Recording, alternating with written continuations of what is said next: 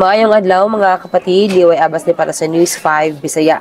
Gipahayag sa Department of Public Works and Highways nga sayo pa aron masulti nga substandard ang mga estrukturang naguba sa linog sa Cebu. Bisan pa nagbarog gihapon ng mga tulay ug kalsada ug padayon kining giayo aron masiguro ang padagan sa essential goods. Samtang nagapadayon ang rehabilitasyon sa Cebu, gibantayan usab sa ahensya ang epekto sa linog sa Masbate. Lakip niini ang padayon nga pagbantay sa investigasyon sa mga ghost project. Kitagana na ang usa ka team ug gipaabot ang pag-abot ni former PNP Chief General Rodolfo Azurin aron makigkoordinar. Sa laing bahin, nagpasaka na og bid rigging complaints ang DPWH sa Philippine Competition Commission batok sa 5 ka kontraktor nga nalambigit sa 12 ka kontrata. Lakip sa giingong kumpanya mao ang St. Timothy Construction ug SunWest.